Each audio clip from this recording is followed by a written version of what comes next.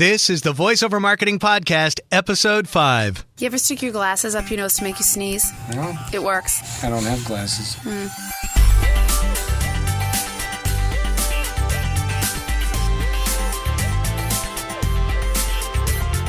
Hello and welcome to this episode of the VoiceOver Marketing Podcast. My name is John Melly, and this is the podcast dedicated to teaching in-depth and advanced marketing strategies for people in the voiceover and audio production professions. My goal is to help you make more money by showing you ways to leverage your time, charge more for your talents, and allow you to spend more time doing the things you want to do in your life.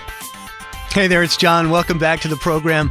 My guest today is Tom Collins, an expert in direct marketing. This interview with Tom is a bit different. I want to make a couple of points before we dive in. Tom does a lot in the direct response world. He did a lot of classified advertising. What I want you to do is try and see how the broader themes of how he approaches marketing can apply to marketing our voiceover businesses. Here are some key themes to listen for.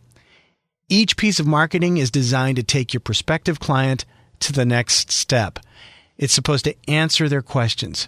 Another point, try not to over-leverage your marketing. Sometimes people want one piece of marketing to do a lot of things, like attract a customer, answer all the objections, and close business all in one marketing attempt. That rarely happens. Listen to how Tom talks about leveraging relationships and networks to position you in a way to take yourself out of being considered a voiceover commodity. And finally, Tom talks about the importance of mindset in growing your business and how some people hold themselves back from really growing their businesses because of where they place mental limits on their income. Tom's worked with some big names and some big numbers, and some of the revenue figures he talks about when working with clients may make you shake your head. I must admit that when I heard them, I was kind of thinking to myself, wow, I'd love that kind of money. But don't be intimidated by those numbers. Listen to how he talks about mindset and how you can take your business to the next level. There are some really great nuggets of information in our conversation, and I know you're going to want to listen to the show at least a couple of times and share it with your friends and make notes. Another thing, Tom was on his cell phone, and I think he called in from vacation to be on the show. So, Tom, just a big shout out and thanks to you for taking time away from your family to do this. Also, just a heads up before we dive in with Tom, we're changing up the format a little bit this time. I'm going to put the announcements after my interview with Tom. So stick around for that for some information about where I'm going to be presenting and future guests for upcoming episodes of the podcast and some other neat information about the podcast. So with that, let's meet our special guest, Tom Collins.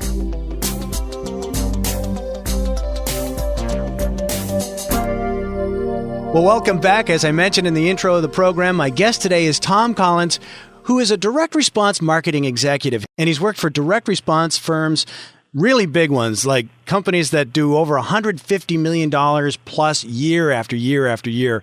And he started this whole thing at the age of 22, and he recently ended a 14-year stint at the noted coaching and marketing company PMI, where he served as a vice president and built and led multiple profitable divisions. Tom's specialty is developing and executing successful, response-driven campaigns for lead generation partners in television, seminars, direct mail, and online marketing. And currently, Tom's consulting clients include entrepreneurs and marketers of real estate, motivational seminars, information marketing, coaching, telecom, and fitness and nutrition products and services. And I've known Tom probably about 5 years now. Yeah, that sounds about right. Yeah, and we actually got to know each other a little better in a mastermind group. I've talked a number of times on the podcast about the power of mastermind groups, but Tom and I were in a mastermind group together. He's doing some really interesting things now. He's got the 8-figure boot camp and coaching program that he's doing. As I've said a number of times in previous episodes, what I've tried to do with this podcast is bring people from outside the voiceover and production worlds and show how marketing from all types of businesses can be applied to voiceover and production businesses, because we all really are in business for ourselves. So, Tom, I want to thank you for taking time out of your busy schedule to spend some time with us today and answer some cool questions. How are you? I'm great. I'm kind of excited to be talking to you. It's always fun to talk to you, John. Well, I appreciate that. Yeah. So you started your marketing journey at the age of 22. And I won't tell everybody how old you are, but that was a while ago, right? That was about half a lifetime ago, yeah. Okay. So, half my life now I've been putting ads in various places. Lots of fun. What was it about marketing that drew you to it? So I grew up kind of in a blue-collar neighborhood where everybody worked by the hour, and there were a couple of people in my neighborhood, a couple of guys that I really looked up to, some friends' dads, and they owned businesses. Man, what is that like? Those guys are the guys. They have the nicest house in the neighborhood. They drive the nice cars. They go on the best vacations. They take me on vacations with them, with their kids. And I thought, that would be really cool. Yeah. Yeah. And just my interest was piqued. And so one of them said, you know what, when you're in high school and college, get some sales experience. Learning sales will just open doors for you like you wouldn't believe. So I started down that path and did door-to-door sales and, referral marketing sales, which is the equivalent of door-to-door sales, the really hard kind of sales. And I was pretty good at it. And I got an opportunity with one of these sales organizations to actually kind of open up an office and on my own dime. And so they teach you how to put ads in the paper. And this was back in 1990, so there's no internet. Okay. So I put an ad in the paper. I spent $150. I committed like $5,000 to running an office for the summer, and I was sitting there going, wait a minute, what have I done? I could have just spent this $5,000 on college next year and just be fine, So I had this little freak-out moment going, I hope this works. And I put this ad in the paper, and I committed to a 3-month contract with the paper so I could get the best rates and all this stuff. And just in that freak-out moment, I sat there in just absolute silence for about 4 hours, waiting for the phone to start ringing. And then at a certain, right around noon, all of a sudden, boom, the first call comes in, the second call comes in, and that week we had, 200 people came into my office to apply for this little sales job. Oh, wow. And I was just awestruck. I went, wow, I put a 3-line ad in the paper and 200 people came to my office. And ever since then, it's just that curiosity of hey, what if I run this ad? What's going to happen? How will people respond? And just the whole dynamic of the power of advertising just captured me at that moment. And since then, I just, kind of grew up and pursued what looked interesting and wound up, with a couple of buddies of mine who started a company, and it just blew up into something really, really big and just had some cool experiences along the way. So, yeah, so that's how I got my start, You know what? I want to pursue this line a little bit because you said something that was really interesting. You had a 3-line ad and you got a huge response. But there are probably, or were at the time, hundreds of ads on the same page that probably didn't have the same kind of response. What do you think, and you're an expert at this, what do you think it was about that ad that differentiated it or struck the right chord to generate that response? And the follow-up to that is, how did you replicate that over and over? Oh, okay. So, so there's for me, there's been a pattern. The first thing is, I knew this fact at the time, but I didn't know how important it was at the time. But the guy that I learned how to do this from was the best in his company. He set all the company records, was the record holder, all-time sales, and all of those things. And he taught me how to place this ad. He actually said, here's the ad I use, run this, it works every time. And then I learned how it actually works. But what he had done, so the first clue, and throughout my career, I've always just pursued who's number one in this industry or space or niche or channel that I'm in. Let's go get as close to that person as we can, or let's partner with that world-class person, and that makes life easier at every level. But so he said, hey, this works, just run it. So I ran it. But once I understood what we were doing, what I realized is he had figured out, he knew that was the game, that it wasn't you just put an ad in and if people are interested in your product or service, they'll buy it. It was you have to win against the other competing ads. Right. So you have to have something a little more attractive, a little more sexy, that has an instant appeal so that people ignore everything else, or if they're making as in classified ads used to be, people would make a list of, I'm going to call these 5 or these 3 or whatever. So we just knew what the hot buttons were to get people to call. And then the second thing with advertising is, the key with advertising is you want people to take one step. What's the one step you want them to take, and just sell the daylights out of that? So in our case, we wanted them to call us. Okay. So all we did was focus on making them call us, because then we knew we could give them more information about the job and, those types of things. But a lot of people, they'll write a long ad and just basically too much information, and people read it and go, I don't know. Now they get confused by too much information. Interesting. So focus on one thing, get them to do that, take them to the next step. Yeah, move people one step at a time. We're not comfortable creatures when we're being moved, too fast. That's fascinating. Would you say that is true with pretty much any form of advertising? Oh, yeah. So my background is direct response. So we'll run a multi-step campaign, as you'll hear, and say, okay, we make money on step 5, but what we do is we just focus on, okay, step 1, a free response. Step 2, feed them some information and ask for, some activity. And what we're doing is just emoting all of the psychological and emotional triggers and getting people to yes themselves into a belief pattern that they go, I want this, whatever it is that we're offering. Mm-hmm. And by the time they get to what we call the money point, they're in. So, yeah, that's the background. So I don't know about advertising agencies and those types of things, but you typically can't sell more than one concept at a time. Well, that's one of the things that I encounter frequently with radio advertising, because that's the world that I predominantly work in, that clients will frequently come in or do business with a station with a concept, and they're really expecting the ad to do too much. And that could manifest itself in a number of ways, one of which being they could put together a radio commercial and then not put enough ad buy-in to get enough impressions out there. Or the other thing is that they may spend a lot of money on time, but then expect the commercial to do a whole bunch of things. Like an example that I use with folks is if you were an insurance company and you were trying to attract people to come in and buy an auto insurance policy, a lot of times they'll come in with copy that says, I've got over 700 years worth of combined experience in the insurance industry with our staff, and come in and call up and order write up a policy today. And the thing that you really got to do is, maybe there's a change in the auto insurance regulations and you've got a free report on how to deal with those things or things to look out for and ways you can save money under the new regulations. Get the free report. You've got their contact information, and you follow up that way. But a lot of folks expect the person to hear the ad, pick up the phone, or walk through the door and make a sale. Yeah. It's truly understanding the sales process, right? Again, back in the door-to-door day, the best sales training anybody can get, and not that I would ever want to go back to it, but I literally yesterday was with the guy that I was telling you about. His name's Steve Weber, and he just sold a big real estate website company for $1 gazillion, and he was talking about this new business he's starting. He said, hey, so I went door to door and pitched 100 businesses, and here's what they said. That was how he did his market research for his next company. But in that...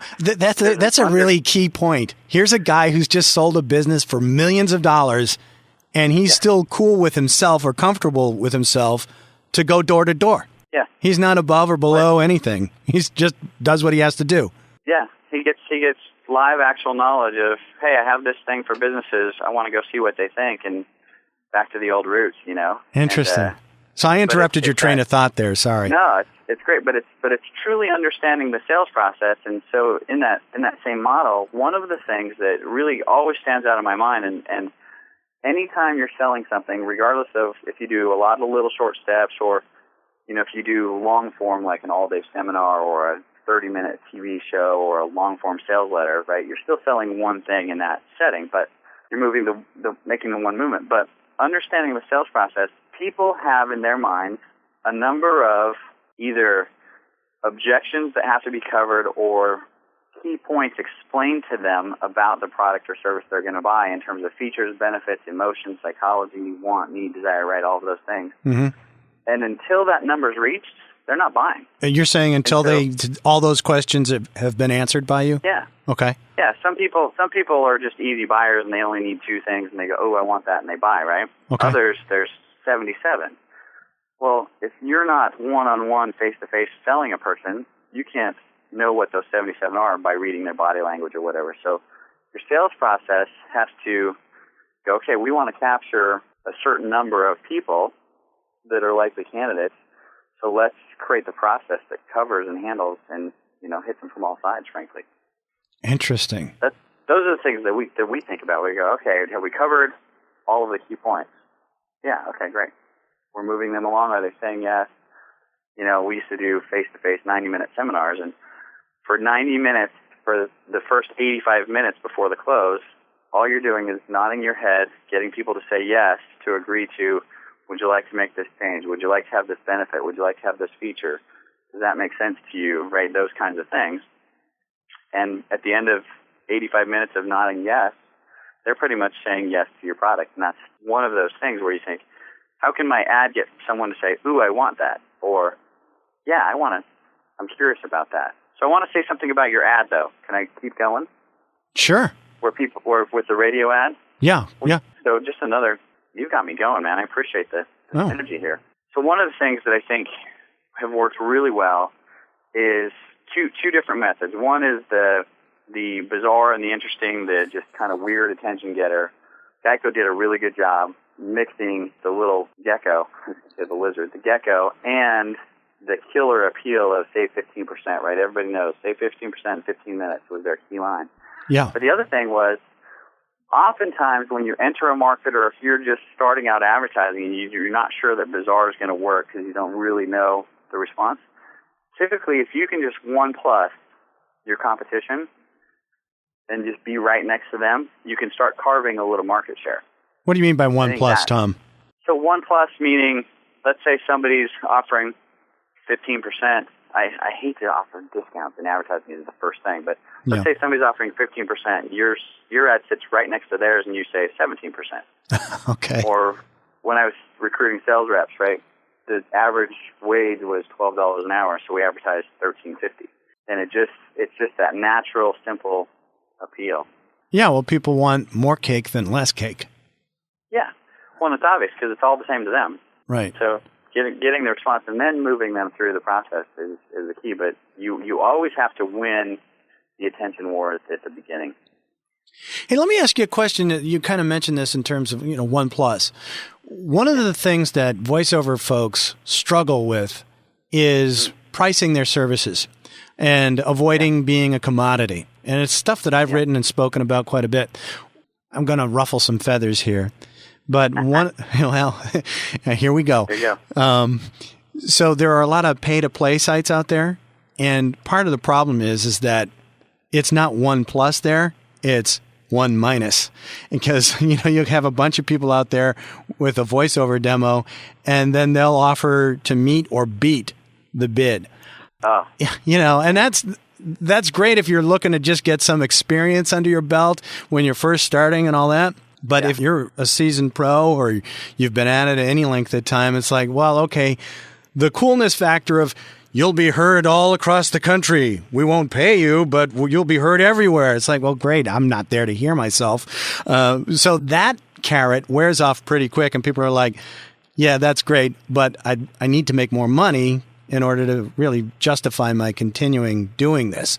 So what would you recommend to folks to position themselves in a way that they're actually 1+ing rather than taking away from their own earning? Oh, man. That's a huge question, I know, but it's a huge question. So let me what I'm trying to do is think of a voiceover person not knowing your business well enough, but let me give you, so in my company at PMI, the last company I went to, we would shop people and bargain and negotiate and those things, but effectively we just wanted the best. Who's the best guy at the best price for whatever? And so typically we would, who's known? Hey, who's the best at this? Oh, it's John Melly. Oh, okay, call John, see what he'll do. And if it just didn't sound outrageous, we would just pull the trigger because we knew John is the best, right? So the first key is, and this is not something that happens, in one day, but it's worth working towards. The wealth from it is so much more worth than doing all the other things. But networking your way up to the top, getting noticed, getting known as someone who's quality and reputable, and leveraging those clients. The other thing, and John, I think you've done this, maybe with a group or two, is finding a target group that trusts their leader, right? So you have a group, right? And you've done a piggyback marketing deal, and you've done a rev share deal, I'm sure, or some type of a deal. Yep. And started getting clients that way. Well, guess what? Well, yes, you're getting clients directly from this organization. You're paying them for those leads, and some people like that, some people don't. But what happens is the people you service, those clients that came out of there, they also have a network of people that they refer. And so it allows you to have pricing integrity and be known as, hey, this guy was recommended by a professional organization. I used him. He was great. And now you can do piggyback marketing with their friends and ask for referrals. And that by far exceeds the value of being the cheapest guy on the block. Hey, I'm the cheapest, Right. You're on the street corner doing tricks, man. That's, guys can make a little money doing that, but it's just, for the same amount of hustle, I guess is the way to put it, you can put together some pretty good piggyback deals. And so it's networking in organizations that you have an affinity with or it works and fits, and then working those referrals and working those leads. And whether it's niching down or just being known, voiceover makes me think of the boxing guy. Let's get ready to rumble, right? Yeah. How many commercials has that guy been in that have nothing to do with boxing, but everybody knows that? Sure. It's his one unique thing. So in our company, we were this little group, and we had a lead partner, and we just focused on the thing that we did is it was really hard for us to outperform our competition because really everybody was the same. Yeah. So what we focused on was the thing they were most concerned about, and that was cash flow. And so we made sure we paid on time every single week. In our industry, people were known for skipping a payment or, delaying a payment if cash flow got tight on your side. And that had nothing to do with our performance, but it had everything to do with the trust of the people we got into. And it just kept us going higher and higher and higher. And our, quote, friends in our industry couldn't get the same accounts, and they didn't know why. They're like, we're better than you. No, you're not. We pay every week. Right. Oh, yeah, but we had trouble. Well, too bad. We had trouble, too. We still paid. And we got the account. And we have the reputation. And we won. And became the biggest in our industry and had the biggest accounts. And then eventually, because of all those things, we attracted the best sales guys. And we won, and we won, and we won. That was huge. Because what you might not consider a strategic advantage may in fact be. Yeah. That's huge. Thank you. So, so from voiceover, can you deliver on time? Can you truly understand somebody's background so that you can speak to it in a way that you can contribute to the conversation, as opposed to, and I'm sure this happens to you, John, where people go, here's a script, read it, go do your thing, dude. Yep. There's a big range in there, and if you can get people going, hey, how do you think we should approach this? What would you do? And you can bring your repertoire of voice and talent and ideas to it. That makes you more valuable to them. Yeah. By far. Yeah. Geez, that was fantastic. There were so many things in there. I hope people are taking notes. And if you're driving in your car, remember to go back and listen to that again, because Tom just outlined a blueprint for you to not be part of the commoditization of voiceover. It takes hustle for sure, but, for the guy willing to hustle, you can always win. It takes hustle and it takes time, but really, if you, like you said, it's worth putting the time in up front, because, the person who's working for $50 a read, how many of those reads are they going to have to do in order to make $1,000? That's 20 reads versus somebody who can do one read and make $1,000. And they can use that money and the time that they don't have to devote to doing all the 19 other reads. They can put more time and effort into giving a great performance, picking the right sound effects if they're part of that process or what have you, but also being able to market themselves and use those resources. Whereas the other person who's doing it on the cheap is going to be blowing through this stuff, may not be able to give as great a performance as they could or have to. And so they shortchange the client that way, because to make that money, they've got to spend more time doing it. Does that make sense? Yeah. Hey, so do you remember, was it the Honeymooners? Jackie Gleason? Yeah.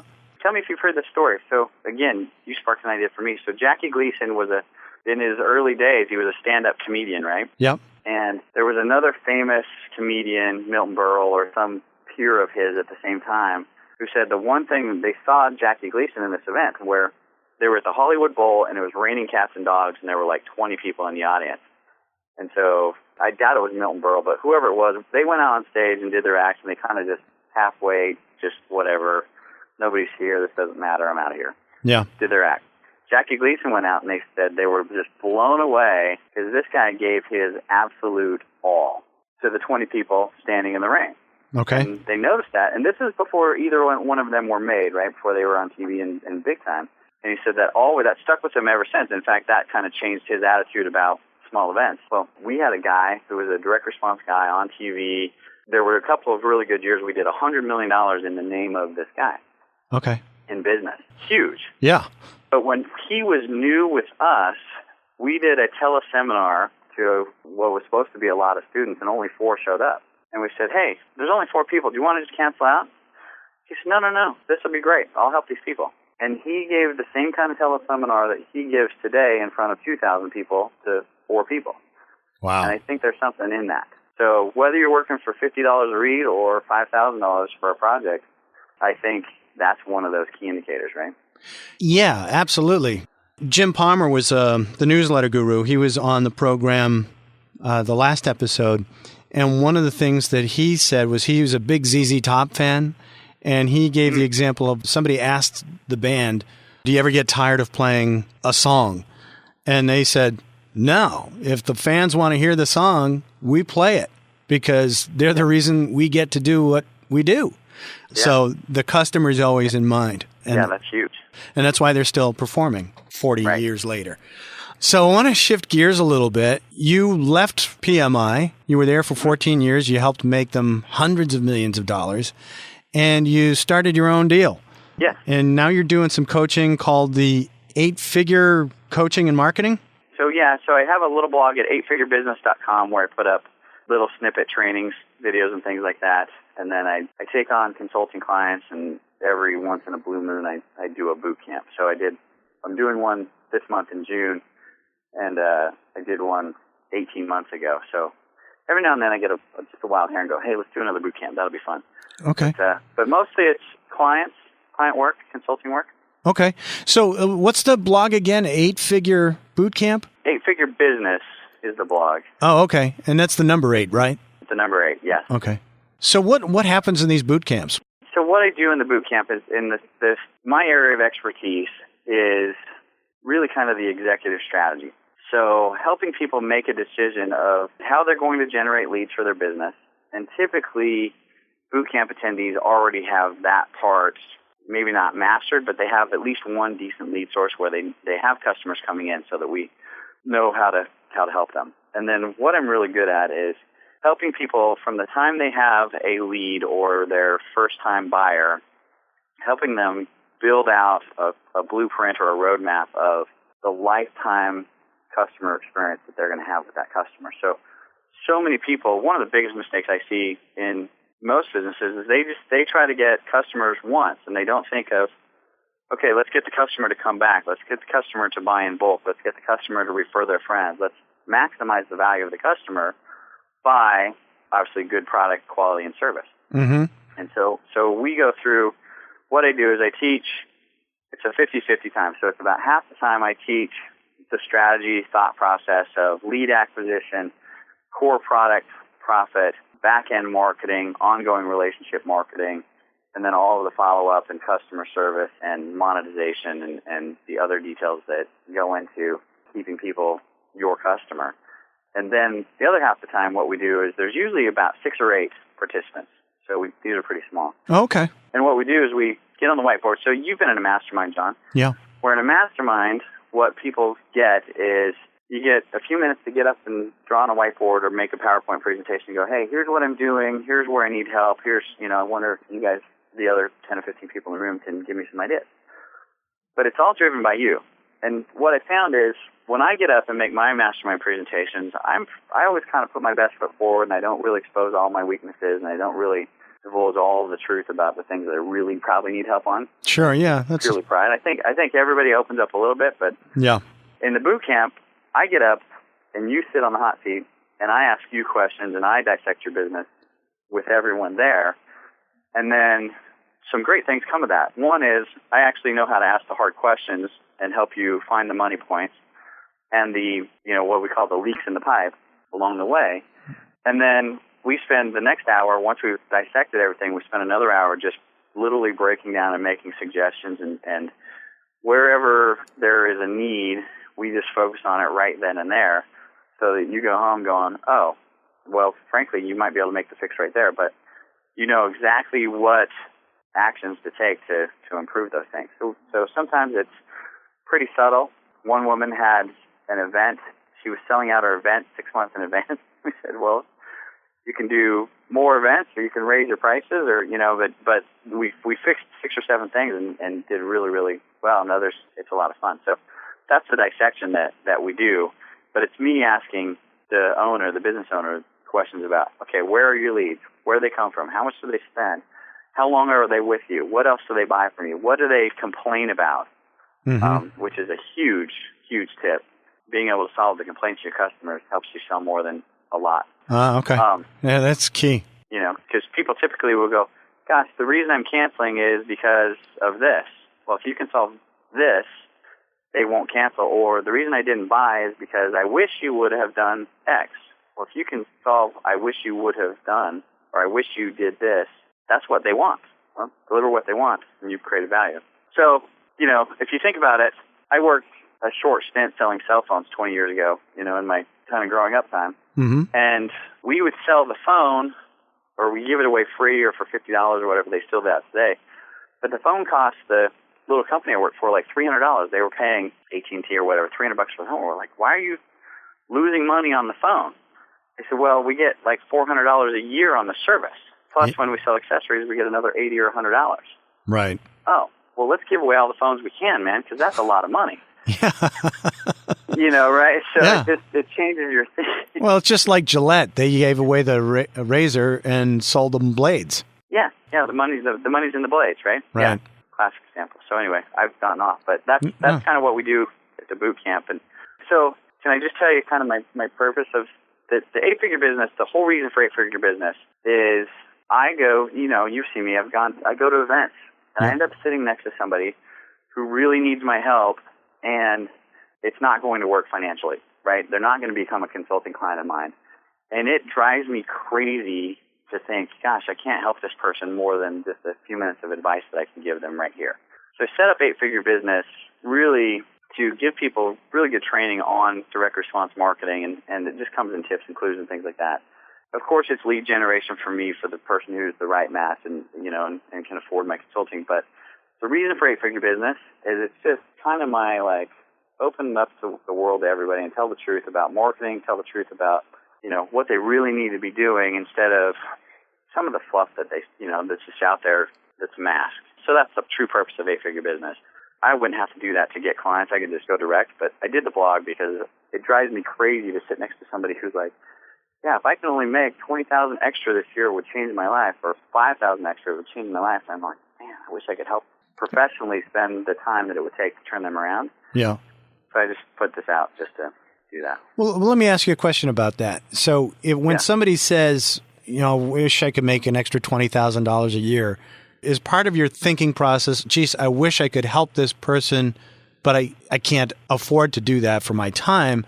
But are you sitting there going, geez, you may think only a $20,000 bump would be great, but I'm seeing 6 figures bump. Is that part of the equation? Yeah. Okay. You know, oftentimes somebody will have an idea, and I'm already going, all right, here's how we get to $1 million in that. We go get this and go get that and da-da-da-da-da. and what I do is I overwhelm them in about 15 minutes of conversation. I go, oh gosh, I got to back up, you know. It's not 6 figures for you. It's like, well, you're not seeing the potential that you have with this. This isn't a $20,000 thing. This is much more than that if you do it right. But you're like, like you said, you overwhelm them. Well, the interesting thing at PMI is we sold coaching, right, to people who had a new idea to start, you know, to put out on the internet. But I also ran marketing campaigns with world-class marketers. So dual thinking of, I understand the person who wants to make a little extra or quit their job and make $100,000 a year doing their own thing and have that kind of, you know, entrepreneurial experience. And I also know, but I think in terms of, okay, so if we can get 50 customers a week, then why can't we get 5,000 customers a week? It's really the same thing, and the process and the thinking it's the same. Most people don't know that it's really the same. They just don't know to think that big. Interesting. Do people get scared thinking that big? Oh, yeah. Even the best marketers in the world. Wait, I have a client who he hit his all-time sales record in January of this year, and he called me. He goes, I've never been here before. I'm freaking out. What do I do? Yeah. So I asked him the question, has anything changed from 2 months ago when you were at half those sales. No, it's just bigger numbers. I'm just kind of freaking out because I've never been here before. And basically we decided just hold the course, catch your breath, and basically he hit a certain point where it made sense to not pursue more sales, right? There was diminishing returns for more sales. But, he went from $600,000 a month in October to $3 million a month in January. And he was freaking out. Who wouldn't freak out? It's exciting, but it's also like, you just got thrown in the air by a geyser and now you're free floating. And, it's a very real experience. And people have that at whatever the number is in their head. So if they thought they could make $200 a month extra and they make $2,000, people have that freak out moment. They're like, whoa, because they didn't expect it. But once you get used to it, it's easier to deal with. Well, sounds numbers are just numbers. It's no difference. Literally, if you can buy an ad that gets you a customer for a price that comes at a profit, you can always buy more ads, right? Yeah. Even if it's in one city or the next. I mean, there's so many dynamics to it, but it's a very simple thought process of, hey, can we go out let's just try to buy more and more and more. I guess the biggest worry is being able to fulfill the demand. Yeah. And make good on the services. Because that's the key. You'll drive yourself out of business fast if you can't. Right. And it happens very rarely, but we've had a couple of experiences where we sold so many units of something, we overwhelmed the company with fulfillment ability, blew them up, kind of thing. But part of 8-figure thinking versus 5- and 6-figure thinking, like we talked about, is knowing how to set up a scalable system and knowing where the breaking points are, and either being able to pull back and say, okay, we're good, or being able to, Henry Ford is creating an automated system that just allows that kind of growth. And dealing with growing pains is just as painful as not having money, but you have money when you have growing pains. So yeah, it's a lot more fun. Yeah, and it's a good problem to have. Work is work. It's just, do you get work with a big reward or work just because you have to? I like that. Tom, I have to watch the clock, but this has been fantastic. Oh. Tom, you mentioned the difference between an 8-figure marketer and a person who's only hitting 5 or 6 figures. What is that difference? Most of the time, like I mentioned, is it's the size of your thinking. It's your mindset, and it's being comfortable with it, right? Mm.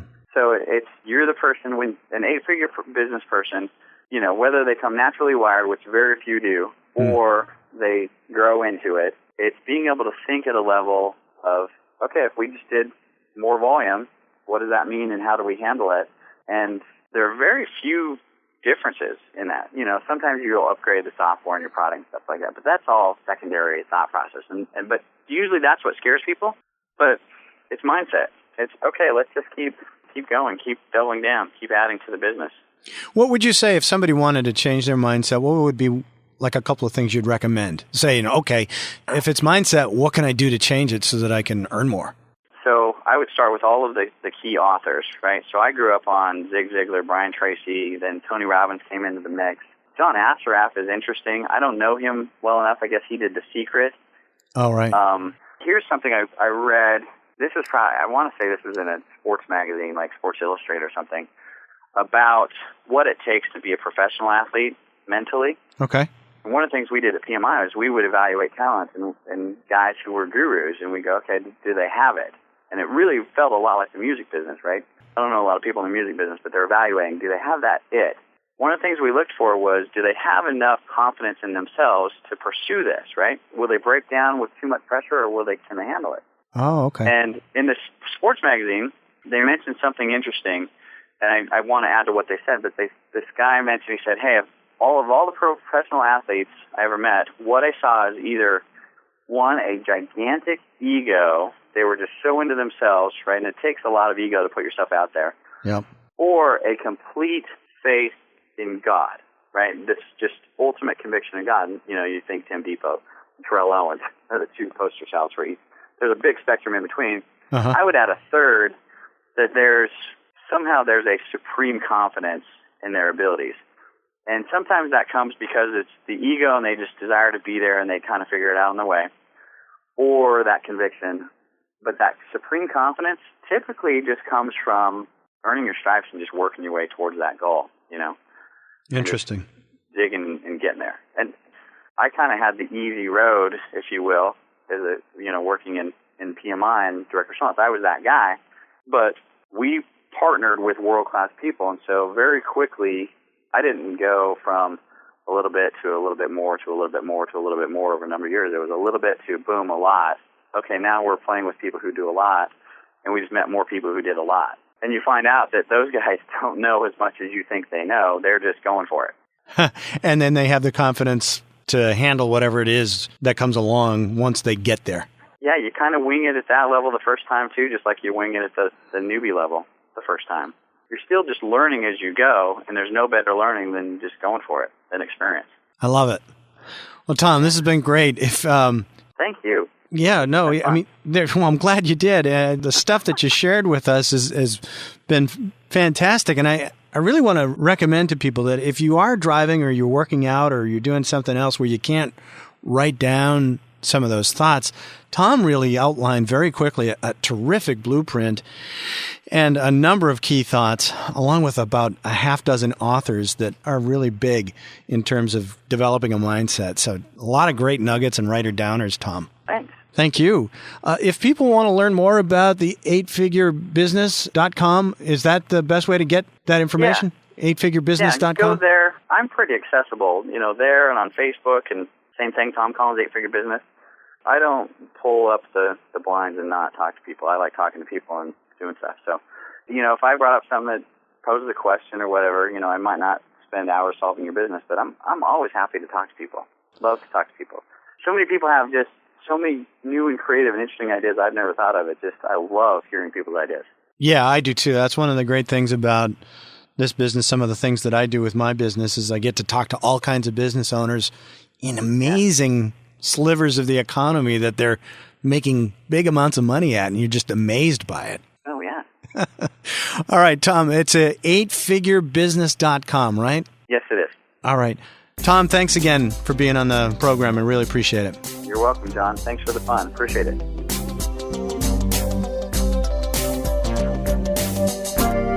Well, I don't know about you, but I really learned an awful lot from my conversation with Tom. And he is just such a super nice guy, too. So go check out his website and check out the show notes for a link to that if you need to. Reach out to Tom.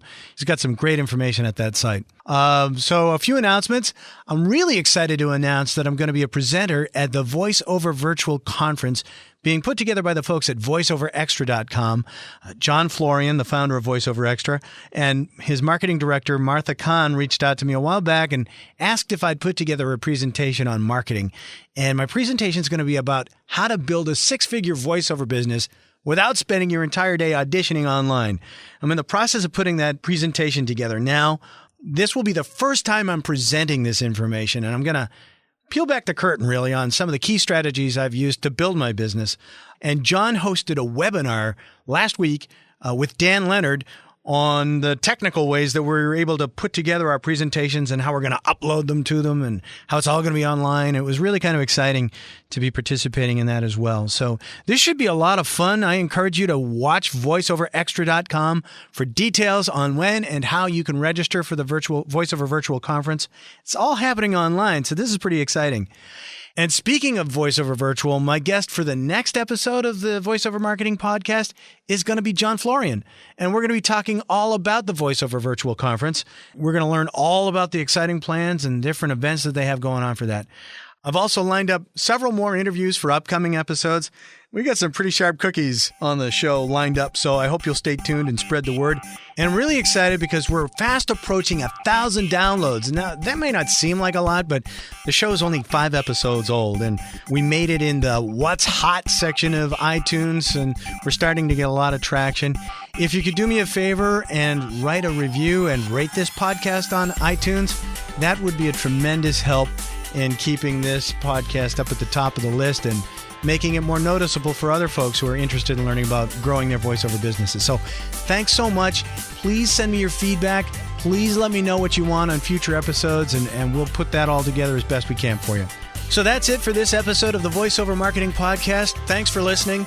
If you would like more information on coaching and mastermind group opportunities where we focus on growing your business, feel free to drop me a line at my cyber assistant's email address at mike@johnmelly.com. Thanks for listening. I'll talk to you soon. Now go out there and share your voice with the world.